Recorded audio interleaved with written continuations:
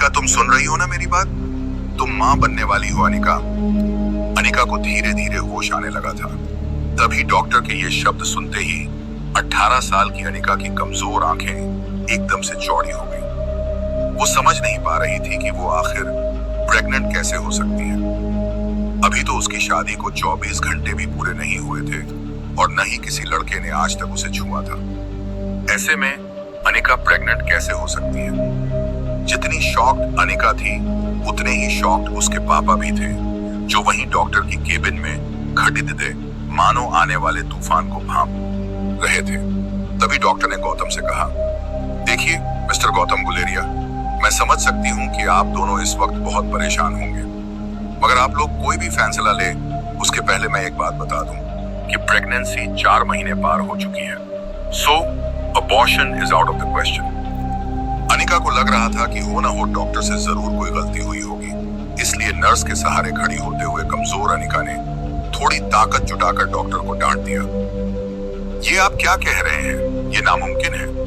In doctor के कुछ बोलने से पहले ही गौतम गुस्से से दिल मिलाकर अनिका के पास आए और उसे जोर से थप्पड़ मार दिया और बोले, इसका जवाब डॉक्टर को नहीं, तुम्हें देना है बेशरम। हॉस्पिटल से बाहर कुछ देर बाद अक्सर कार की बैक सीट पर बैठने वाले गौतम आज अनिका को पीछे बिठाकर खुद ड्राइवर के साथ वाली सीट पर बैठ गए थे, मानो ऐसा करके वो अनिका को अपनी नाराजगी जता रहे हों। अनिका जानती थी कि एक बेटी होने के नाते आज उसने अपने पिता को दुनिया का सबसे बड़ा दुख दिया था, एक बिन ब्याही मां की बनकर। इतना दुख उन्हें अनिका की मां के गुजरने पर भी नहीं हुआ होगा, लेकिन ये सब जानते हुए भी अनिका फिलहाल कुछ भी करने के लिए फिजिकली या मेंटली सक्षम नहीं थी। उसका शरीर कार की बैक सीट पर कमजोरी के साथ शर्म से मानो जम गया था। मनाली भारत का बेहद खूबसूरत शहर है। यहाँ देश विदेश से आए टूरिस्ट्स के कारण शहर में रौनक लगी रहती है, मगर अनिका को ऐसा लग रहा था मानो आज मनाली का हर इंसान उसे सवालिया नजरों से बस एक ही सवाल पूछ रहा हो कि आखिर कौन है इस बच्चे का बाप। समझ, लेकिन इसका जवाब तो अनिका के पास भी नहीं था। वो बस नम आंखों से एक ही बात सोच रही थी कि जब आज तक उसे किसी लड़के ने छुआ तक नहीं, तो वो प्रेग्नेंट कैसे हो सकती थी। अनिका इसी उलझन में थी, तभी उसकी कार उसके घर के बहुत ही बड़े गेट से अंदर एंटर होती है। वो गेट बहुत ही पुराना था और उसमें जंगल का चित्र भी बना हुआ था। गुलेरिया हाउस ब्रिटिश के जमाने का मकान था। कहा जाता था यहाँ इंग्लैंड के अधिकारी वैकेशन मनाने आते थे। मकान में पुराने मगर शानदार एंटिक्स, बड़ा गार्डन और बीच में फवारा बना था, लेकिन अच्छे से मेंटेन न करने की वजह से पिछले कुछ सालों से मकान थोड़ा बंजर सा लग रहा था। गौतम ने घर में एंटर होते ही अनिका के रिपोर्ट्स को गुस्से से सोफा पर फेंका और अपने सर पे हाथ रखकर एक घुर्राते हुए शेर की तरह हॉल में इधर से उधर टहलने लगे। अनिका कमजोर शरीर और भारी कदमों से गौतम के पीछे पीछे घर में दाखिल हुई। आज अनिका को उसका शरीर रोज के मुकाबले कुछ ज्यादा ही भारी लग रहा था।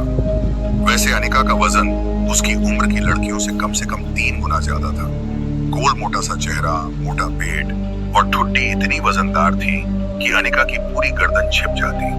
120 किलो की अनिका की तुलना अक्सर लोग अनाज की भरी हुई पूरी से करते। लेकिन अनिका का शरीर जितना मोटा था, उसकी शक्ल उतनी ही मासूम और क्यूट थी। चेहरे के दोनों तरफ एक एक रसगुल्ला लगाया हो, वैसे नरम मुलायम सफेद गाल, ठंड की वजह से हमेशा लाल रहती उसकी नाक और पूरे जहां की मासूमियत को समेट कर बनाई गई हो, वैसी उसकी 2 आंखें। लेकिन आज तक किसी को उसका मासूम चेहरा नहीं दिखा था तो बस उसका बेडौल और निराकार शरीर। बिन मां की बच्ची अनिका को आज सबसे ज्यादा जरूरत थी तो उसके पापा के इमोशनल सपोर्ट की। इसलिए अनिका नम आंखों से गौतम की तरफ बढ़ी ही थी कि तभी गौतम भारी बहाती आवाज में उस पर गरज पड़े। मुश्किल से एक मौका मिला था हमें हमारी जिंदगी को थोड़ा बेहतर बनाने का।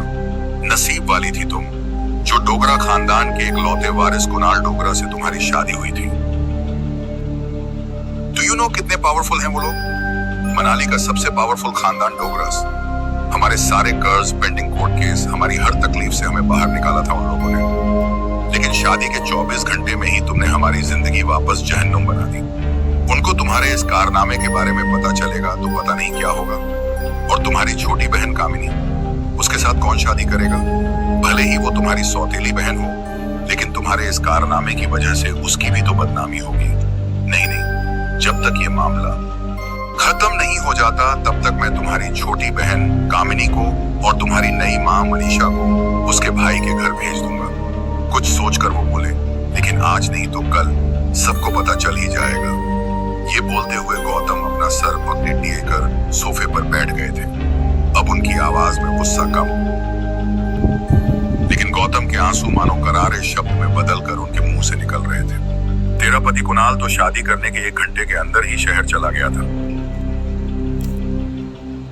अब इस प्रेगनेंसी के बारे में जब तेरे ससुराल वालों को पता चलेगा तो भगवान जाने वो लोग क्या करेंगे। समाज में इज्जत तो उछलेगी ही, मगर हम फिर से उसी दलदल में फंस जाएंगे जहां से निकाल कर लाए थे हमें वो लोग। काश तुम भी अपनी माँ के साथ ही। गौतम अपनी बात कहते हुए रुक गए, लेकिन अनिका वो सुन चुकी थी जो गौतम कहते कहते रुक गए थे। अनिका को कड़वे शब्द सुनने की आदत तो थी ही, मगर आज सवाल उठा था उसके चरित्र पर, उसकी पवित्रता पर। अनिका इस चक्रव्यूह से जल्द बाहर निकलना चाहती थी, मगर उसे कुछ समझ नहीं आ रहा था कि वो क्या करे। वो सोच रही थी कि जो कुछ भी हो रहा है, अगर वो झूठ था तो फिर उसके पेट में सांस लेने को उत्सुक ये सच क्या था। अगले दिन गौतम ने घर में लगे सारे सीसीटीवी कैमरे की पिछले 5 महीने की फुटेज मंगवाई और बारीकी से देखने के बाद वो ये जानकर हैरान हो गया था कि पिछले 5 महीनों से छोटी मोटी बीमारी के चलते अनिका घर के बाहर कहीं गई ही नहीं थी। इसे देखकर गौतम का गुस्सा अब आश्चर्य में बदल गया था। उसको इतना तो समझ में आ गया था कि कहीं कुछ तो गड़बड़ थी, लेकिन उससे कई ज्यादा उसे ये चिंता थी कि अब डोगरा खानदान क्या करेगा। जल्द ही अनिका की देखभाल के लिए एक नर्स रखी गई। लगातार देखभाल और दवाइयों से अनिका की तबीयत में सुधार आ रहा था, लेकिन साथ ही उसे ये बात रोमांचित कर रही थी कि उसके अंदर एक नन्हा सा जीव सांस ले रहा था। अनिका की उम्र भले ही कच्ची हो, मगर उसके अंदर की एक माँ जल्द ही जन्म लेने को उत्सुक थी। उसकी जिंदगी में आखिरकार वो आने वाला था जो सिर्फ और सिर्फ उसका होगा। 4 महीने बीत चुके थे। अनिका अपनी प्रेगनेंसी में लगभग सब कुछ भूल चुकी थी। न वो किसी से मिलती, न कोई उससे मिलती। अंदर पल रही उस नन्ही सी जान से बातें करती रहती। ऐसे में एक दिन अनिका पाइप से अपने घर के बाहर के गार्डन में पानी डाल रही थी। तभी अचानक उसने अपने पैरों के नीचे कुछ हलचल महसूस की। वो कुछ समझ पाती उसके पहले ही उसके घर के मेन गेट से एक स्पोर्ट्स बाइक अंदर आई। मशीन गन से जैसे गोलियां निकलती है, वैसे ही बाइक की आवाज सुनकर ऐसा लगा मानो बॉर्डर पर जंग शुरू हो गई हो। बाइक की आवाज सुनकर अनिका ने पानी का पाइप छोड़ दिया। उसने जल्दी से दोनों हाथों से अपना पेट पकड़ लिया, जैसे कि वो अपने डरे हुए बच्चे को आंचल में छुपा रही हो। बाइक आकर बंगले की सीढ़ियों के पास रुकी। Leather shoes, tight jeans, dark blue T shirt और चेहरे पर लगे पीले चश्मे के आर पार लड़के की गहरी लाल आंखें साफ दिखाई दे रही थी। अनिका ने जैसे ही उस लड़के को देखा, उसकी धड़कन मानो डर और टेंशन से तेज हो गई। ये लड़का और कोई नहीं बल्कि अनिका का पति कुणाल डोगरा था, जो 21 साल का था। कुणाल अपनी नजर अनिका पर गढ़ाए हुए बड़े ही स्टाइल के साथ बाइक से उतरा और अनिका की तरफ धीरे धीरे आगे बढ़ने लगा। अनिका और कुणाल दोनों ही एक दूसरे को देख रहे थे। कुणाल की शादी अनिका से भले ही उसकी मर्जी के खिलाफ करवाई गई थी, लेकिन अपनी बीवी की कोख में किसी और का बच्चा देखना कोई भी मर्द शायद बर्दाश्त न कर पाए। कुणाल शादी के बाद मंडप से सीधा दिल्ली अपनी कॉलेज की पढ़ाई पूरी करने चला गया था और वहीं पहुंचकर शादी के दूसरे दिन उसे अनिका की प्रेगनेंसी की खबर मिली थी। अनिका उस दिन से लगभग रोज सोचती थी कि जिस दिन उसका सामना कुणाल से होगा, उस दिन पता नहीं वो कैसे रिएक्ट करेगा। आज जब कुणाल उसके सामने आ रहा था, तब पता नहीं क्यों निर्दोष होने के बावजूद डर और शर्म के मारे अनिका को एक अजीब सी बेचैनी महसूस हो रही थी। अनिका तुरंत अपने पापा को फोन लगाती है, लेकिन उनका फोन नहीं लग रहा था। कुणाल को अपनी ओर बढ़ता देख अनिका की घबराहट इतनी बढ़ गई थी कि वो डर के मारे बड़बड़ाने लगी। वो पापा तो नहीं है घर पे। कुणाल अनिका के सामने आकर एरोगेंस के साथ खड़ा था। वो अनिका को ऊपर से नीचे तक देख रहा था, सुजा हुआ चेहरा, 8 महीने की प्रेगनेंसी वाला मोटा पेट, गद्दी जैसे मोटे हाथ और पांव। प्रेगनेंसी की वजह से अनिका पहले से भी ज्यादा मोटी नजर आ रही थी। अनिका को देखकर कुणाल ने अपने होठों को दबाया और एक गहरी सांस लेकर जोर से जमीन पर थूक दिया। ये देखते ही अनिका की कमजोरी मानो अचानक से वापस आ गई हो। वो ठीक से अपने पैरों पर खड़ी नहीं रह पा रही थी, मानो जैसे उसे खुद का शरीर बोझ लग रहा हो। कुणाल गुस्से में घूरते हुए जैसे जैसे आगे बढ़ रहा था, वैसे वैसे अनिका एक डरे सहमे मेमने की तरह घबराकर पीछे होती जा रही थी। ऐसा लग रहा था मानो कुणाल के नुकीले लेदर शूज किसी भी वक्त अनिका के नंगे मुलायम पांव को कुचल देंगे। तभी मेन गेट से गौतम की कार अंदर आकर रुकी। गौतम कार से उतरकर तेज कदमों से कुणाल के पास आया, जैसे कोई सेक्रेटरी अपने बॉस के पीछे भाग रहा हो। गौतम कुणाल के पास आकर उसको कहता है, अरे कुणाल बेटा, आज अचानक से तुमने फोन किया कि तुम आ रहे हो। तुम्हारी कॉलेज में छुट्टियां शुरू हो गई क्या? कुणाल ने गुस्से से कहा, पूरे 4 महीने बाद आया हूँ। आप ऐसा बोलकर अपने दामाद का वेलकम करोगे? वैसे काफी कुछ बदल गया है यहाँ पे। कुणाल ने अनिका के पेट की ओर देखकर अपनी जेब से रम की बोतल निकाली और मुंह से लगा ली। वो आया था तब से उसकी नजर अनिका के पेट पर ही जमी हुई थी। माहौल को थोड़ा ठीक करने के लिए गौतम ने कुणाल से कहा, आओ कुणाल बेटा, अंदर चलकर बात करते हैं। लेकिन गौतम की बात को अनसुना करते हुए रम के घूंट लिए और अनिका के पेट को घूरता रहा। गौतम को भी थोड़ा अजीब तो लग रहा था, लेकिन कहीं ना कहीं वो कुणाल के मन की बात को समझ रहा था। इसीलिए बड़े ही सहजता से गौतम ने कुणाल से कहा, देखो कुणाल, अगर तुम ये शादी तोड़ना चाहते हो तो मैं समझ सकता। ये सुनते ही कुणाल चिल्ला उठा, जो बात तुम समझ सकते हो वो बात मेरे बूढ़े दादाजी नहीं समझ सकते ना। उन्होंने जबरदस्ती इस मोटी के साथ मेरी शादी करवाई और अब वो चाहते हैं कि इसके नाजायज बच्चे को भी मैं अपना नाम दूं। एक तो इसे देखता हूं तो ऐसा लगता है जैसे मुझे किसी ऐसे गुनाह की सजा दी जा रही है जो मैंने किया ही नहीं है। शादी के मंडप से तुरंत इसीलिए भागा था मैं, ताकि मुझे इसके साथ एक पल भी न रहना पड़े। बोलते बोलते कुणाल की सांसें फूलने लगी थी, जैसे कि वो महीनों से अपने अंदर भरी हुई भड़ास निकाल रहा हो। अनिका और गौतम दोनों ही कुणाल की बात सुनकर ऐसा महसूस कर रहे थे जैसे अभी के अभी यह धरती फट जाए और दोनों बाप बेटी उसके अंदर समा जाए। कुणाल का आक्रोश अपनी चरम सीमा पर था।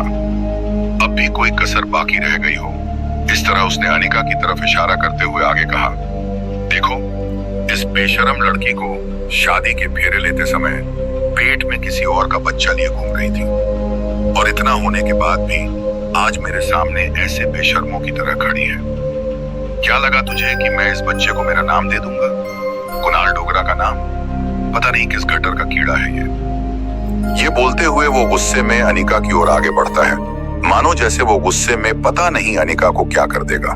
लेकिन तभी शराब की वजह से कुणाल के पैर लड़खड़ाए और वह अपने तेरे पैक कहते अपना बैलेंस खो बैठा। लेकिन तुरंत गौतम ने आगे आकर कुणाल को पकड़कर संभाल लिया। अनिका कुणाल की बातें सुनकर जितना ज्यादा हर्ट थी, उतनी ही ज्यादा गुस्से में भी थी। वो भले ही अपने मोटापे की वजह से ऐसी सब बातें सुनने की आदी थी, मगर अब उसे इस बात पर कुणाल से ज्यादा खुद पर घिन आ रही थी। उस शर्त कि कोई उसके होने वाले बच्चे को गाली दे रहा था और वो मजबूर खड़ी सुन क्यों रही थी। बच्चे का ख्याल आते ही न जाने कैसे अचानक अनिका के अंदर अजीब सी हिम्मत आ गई और बिना कुछ सोचे वो बोल पड़ी, मैं इस शादी को नहीं मानती। ये सुनकर गौतम और कुणाल दोनों शॉक थे। कुणाल सोच रहा था कि कल की आई फिद्दी सी लड़की में इतनी हिम्मत कहां से आ गई कि वो मेरे यानी कुणाल डोगरा के सामने ऐसे बोली। लेकिन इससे पहले कि वो कुछ रिएक्ट कर पाता, गौतम ने बात को संभालते हुए कुणाल से कहा, इस वक्त अनिका की तबीयत ठीक नहीं है, इसलिए तुम उसकी बातों पर ध्यान मत दो। और रहा सवाल बच्चे का, तो होते ही उसे अनिका से हमेशा के लिए अलग कर दिया जाएगा, मेरा यकीन करो। अपने पापा की ये बात सुनकर अनिका को ऐसा लगा जैसे किसी बड़े से ट्रक ने उसे पीछे से टक्कर मार दी हो। और वो जिंदगी और मौत के बीच जूझ रही हो। टेंशन में अनिका की सांसें फूलने लगी और एक पल के लिए वो सांस लेना भूल गई। ठीक उसी पल में अचानक से अनिका के पेट में जोर से दर्द शुरू हो गया। दर्द के मारे अनिका एक झटके से अपने पीठ के बल गिरी और बेहोश होती आंखों से उसने देखा कि गौतम दौड़कर उसके पास आ रहा था। गौतम ने हड़बड़ी में फोन करके एम्बुलेंस को बुला लिया था, लेकिन ये सब देखकर भी कुणाल वही खड़ा बेशर्म और बेसुध बनकर रम के घुट मार रहा था, मानो उसे किसी भी चीज से कोई फर्क नहीं पड़ रहा हो। शाम की मध्यम रोशनी अनिका के सामने धुंधली हो रही थी। उसे बस एक छोटी बच्ची की आवाज सुनाई दे रही थी, मम्मी मम्मी उठो ना मम्मी। देखते ही देखते आज 6 साल बीत चुके थे, लेकिन आज भी वही आवाज अनिका के कानों में गूंज रही थी, मम्मी उठो मम्मी, प्लेन लैंड होने वाला है। फ्लाइट के बिजनेस क्लास की आरामदायक सीट पे सोई अनिका की आंखें झटके से खुली और सामने थी उसकी 6 साल की बेटी रिया। रिया का मासूम चेहरा और उसकी खूबसूरत कत्थई आंखें देखकर अनिका की जान में जान आई। उसका गुजरा हुआ कल कोई बुरे सपने से कम नहीं था। आज अनिका अपनी बेटी रिया के साथ बेंगलुरु से मनाली 6 साल बाद लौट रही थी। रिया ने अपना गेमिंग टैबलेट मां के पर्स में रखते हुए बड़े प्यार से अनिका से पूछा, मोम क्या हम मेरे डैड को ढूंढने मनाली जा रहे हैं? अनिका ने बड़े ही सरल तरीके से उसे समझाया, मैंने तुम्हें कितनी बार कहा है तुम्हारे कोई डैड नहीं है। इस पर रिया जवाब देते हुए कहती है, ओह कम ऑन मोम, स्कूल में हमें टीचर कहती हैं कि हर बच्चे के माँ बाप होते हैं। अब मेरे गेमिंग वर्ल्ड के कैरेक्टर्स की तरह मैं किसी दूसरी दुनिया से तो आई नहीं हूं ना, तो ऑब्वियसली मेरे पापा भी तो होंगे ही, या किसी जादूगर ने मुझे अपनी हैट में से बाहर निकाला है। अरे आबरा का डाबरा, रिया बाहर आ जा। रिया की ये बात पर माँ बेटी दोनों ही जोर से हंस पड़े। अपनी हंसी पे काबू पाते हुए रिया ने दूसरा सवाल पूछा, तो क्या हम यहाँ मेरे भाई को ढूंढने आए हैं? रिया का ये सवाल सुनकर अनिका एक गहरी सोच में डूब गई। उसे याद आ गया कि कैसे 6 साल पहले अस्पताल में उसने जुड़वा बच्चों को जन्म दिया था और अनिका के पापा की कद काठी के एक आदमी ने उसके दोनों बच्चों को उससे छीनने की कोशिश की थी। कमजोर अनिका ने बड़ी हिम्मत से उस आदमी का सामना किया और रिया को तो बचा लिया था, मगर अफसोस कि वो अपने बेटे को नहीं बचा पाई और वो आदमी उसके बेटे को लेकर भाग निकला था। इस हाथापाई में अनिका को चोट भी लगी थी। चोट इतनी गहरी थी कि उसका बचना लगभग नामुमकिन था और इसी वजह से अनिका की मौसी उसे अपने साथ बेंगलुरु ले गई थी,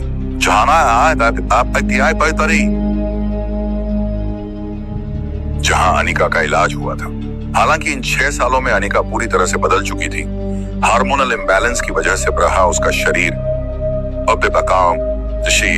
अब एकदम सामान्य था।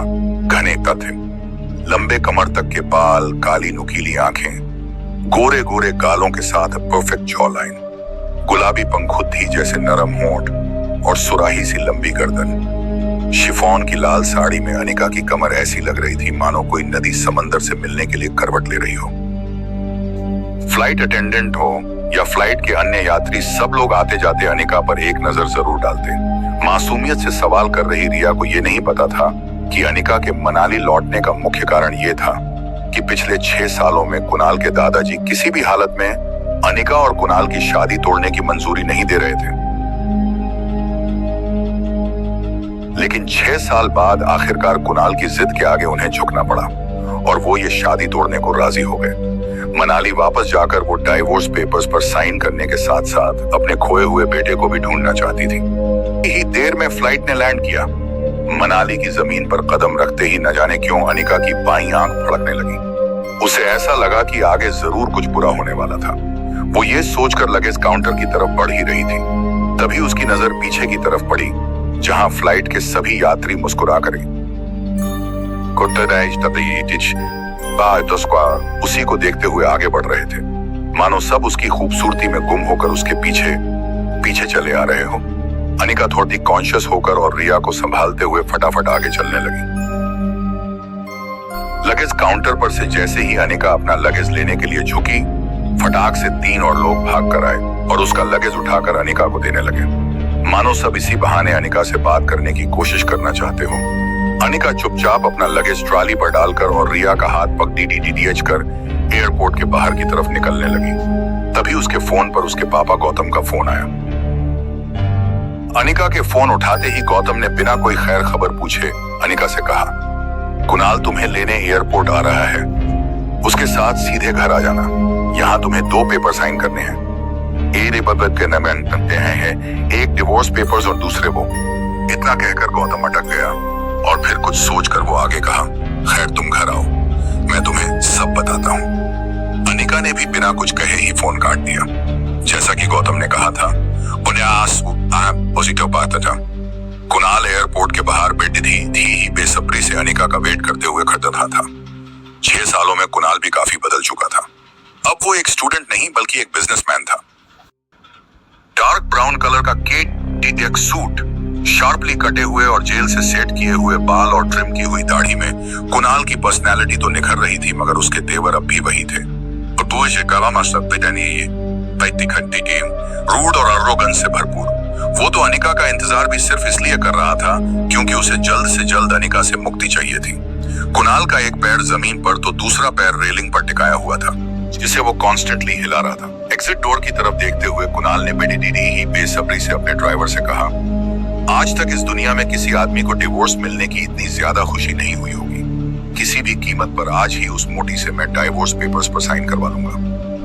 के ड्राइवर राजू ने बिद्दी फूंकते हुए कहा, आप फिक्र मत कीजिए, आज सुबह सुबह मैं माता के दर्शन करके निकला हूँ। मैंने भगवान से प्रार्थना की है कि आज आपकी 6 सालों पुरानी ये मनोकामना पूरी हो। आज पक्का पेपर साइन हो ही जाएंगे। ये सुनकर कुणाल ने बेटे ही कटीले अंदाज में कहा, अब बस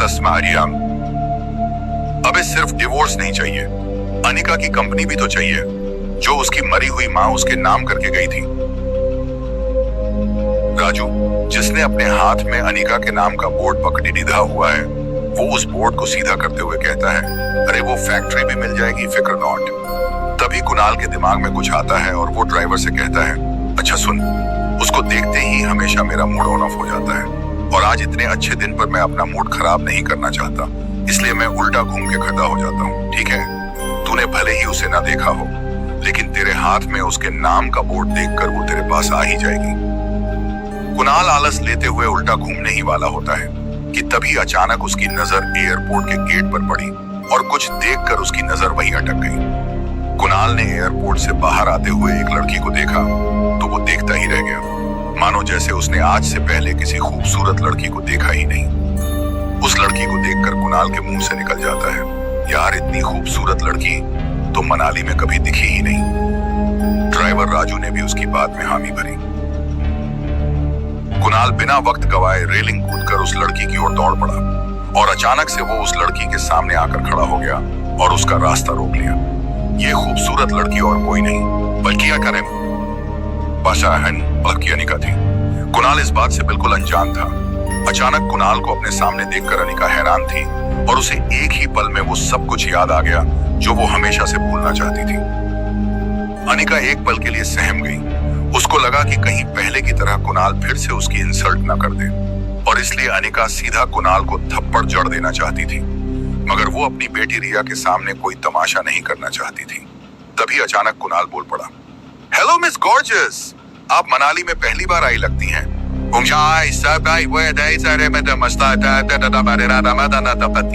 क्योंकि अगर पहले आई होती तो ये तो पॉसिबल नहीं है कि अब तक आप मेरी नजरों से अननोटिस्ड रहती।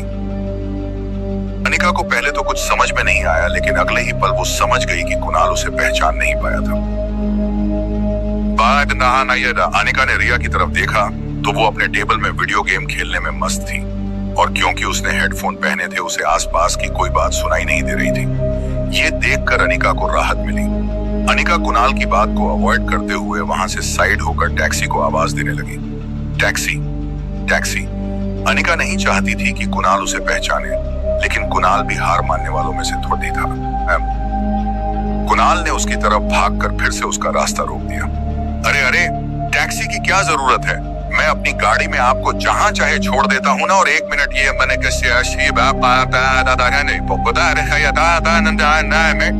ये नन्ही गुड़िया कौन है? ये कहते हुए उसने रिया की तरफ इशारा किया और उसके गाल पर हाथ फिराया। लेकिन रिया जब टेप पर गेम खेल रही होती है तब उसे कोई डिस्टर्ब करे वो उसे बिल्कुल अच्छा नहीं लगता, इसलिए टेप से बिना ऊपर देखे झटक लिया। ऐसा करने में रिया के कान से हेडफोन नीचे की तरफ स्लाइड होकर गिर के उसके कंधे पर आ गया था, लेकिन अभी भी उसका ध्यान वीडियो गेम खेलने में ही था। अनिका टैक्सी ढूंढने में बिजी हो गई, लेकिन कुणाल पीछे आकर उससे एक नहीं तो दूसरे तरीके से बात करने की कोशिश करता रहा। कुणाल ने कहा, ओह साकी जगह, समझ गया ये आपकी छोटी बहन है ना? ये सुनकर रिया जोर जोर से हंस पड़ी। तभी कुणाल को वापस गौतम का फोन आया। कुणाल ने जैसे ही फोन उठाया गौतम ने पूछा, क्या तुम्हें अनिका दिखी? कुणाल ने बड़ा ही तीखा जवाब देते हुए कहा, ना दिखने के लिए आपकी बेटी कोई सुई तो है नहीं। जब वो गेट से बाहर आएगी तो सिर्फ वो ही दिखेगी, उसके पीछे खड़े लोग भी दिखना बंद हो जाएंगे। और वो रूडली फोन काट देता है। कुणाल की बात सुनकर अनिका को अंदाजा आ गया था कि वो पक्का उसी के बारे में बात कर रहा था। अनिका को कुणाल पर बहुत ही ज्यादा गुस्सा आ रहा था। हमारे ना बाश के अब भाई मैं सोने देहात आ रहा था, लेकिन उसे बस अब जल्दी से टैक्सी चाहिए थी। वो पूरे जोश और गुस्से के साथ जोर से चिल्लाई, टैक्सी। ये सुनकर कुणाल और ज्यादा इंप्रेस हो गया और बड़े ही मीठे अंदाज में बोला, सुनिए मिस, मैं आपको छोड़ देता हूँ ना। ये मेरी सब तो ना, वैसे भी मैं जिसे लेने आया था लगता है वो आई ही नहीं। आप अगर बेंगलुरु की फ्लाइट में आई है तो आपने फ्लाइट में किसी बेहद मोटी औरत को देखा होगा। ये सुनकर अनिका एक पल को रुकी और उसने कुणाल की तरफ मुड़कर देखा। कुणाल आगे कहता है, ये आई है। दरअसल 6 साल पहले वो 120 किलो की थी, अब 6 साल में तो उसने पक्का डबल सेंचुरी पार कर ही ली होगी। अनिका बिना कुछ बोले कुणाल की बातें सुनकर सोच रही थी कि ये पता नहीं क्या क्या सोच रहा है उसके बारे में। अपनी बातों को सुनते हुए कुणाल अनिका तो देखता है तो वो उसे इम्प्रेस करने के चक्कर में और उसे हंसाने के लिए आगे कहता है, वैसे मुझे लगता है कि फ्लाइट वालों ने उसे बिठाने से मना कर दिया होगा।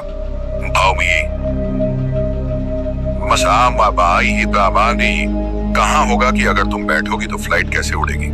कहते हुए वो खुद भी हंसता है और उम्मीद करता है कि उसके जोक से अनिका को भी हंसी आएगी, लेकिन अनिका बड़े ही ठंडे तरीके से उसको देखती रही। अनिका को हंसता हुआ ना देखकर कुणाल ने भी अपनी हंसी रोकी और बोला, अजी छोड़िए, मैं भी किसकी बातें लेकर बैठ गया, कहाँ आप और कहाँ वो। तभी एक टैक्सी अनिका के पास आकर रुक गई। दूसरी ओर पीछे से कुणाल का ड्राइवर हाथ में अनिका गुलेरिया का बोर्ड लेकर दौड़ा चला आ रहा था। वो आकर कुणाल के बाजू में खड़ा हो गया। बर्टी, मानो वो कुणाल को कुछ बताने आया हो। अनिका ने जल्दी जल्दी में रिया को टैक्सी में बिठाया और खुद जब टैक्सी में बैठने जा रही थी तब कुणाल ने थोड़ा मायूस होते हुए कहा, वैसे आपको मनाली में किसी भी चीज की जरूरत हो तो सिर्फ एक ही नाम याद रखिएगा, कुणाल डोगरा। किसी से भी मेरा नाम पूछिएगा, मेरे घर तक छोड़ जाएगा आपको। टैक्सी वहां से निकलने ही वाली थी कि तभी कुणाल ने टैक्सी रोकी और विंडो के पास झुककर बड़े ही फ्लर्टी अंदाज में कहा, अरे मिस पन्ना ना सामन, अपना नाम तो बताती जाओ। इसके सुनकर अनिका ने कुणाल को देखते हुए अपनी आंखों से काला चश्मा निकाला और बड़े ही तेज और कटीली नजर से कुणाल को देखते हुए बिना किसी भी हाव भाव के धीरे से कहा, इपोका अनिका गुलेरिया।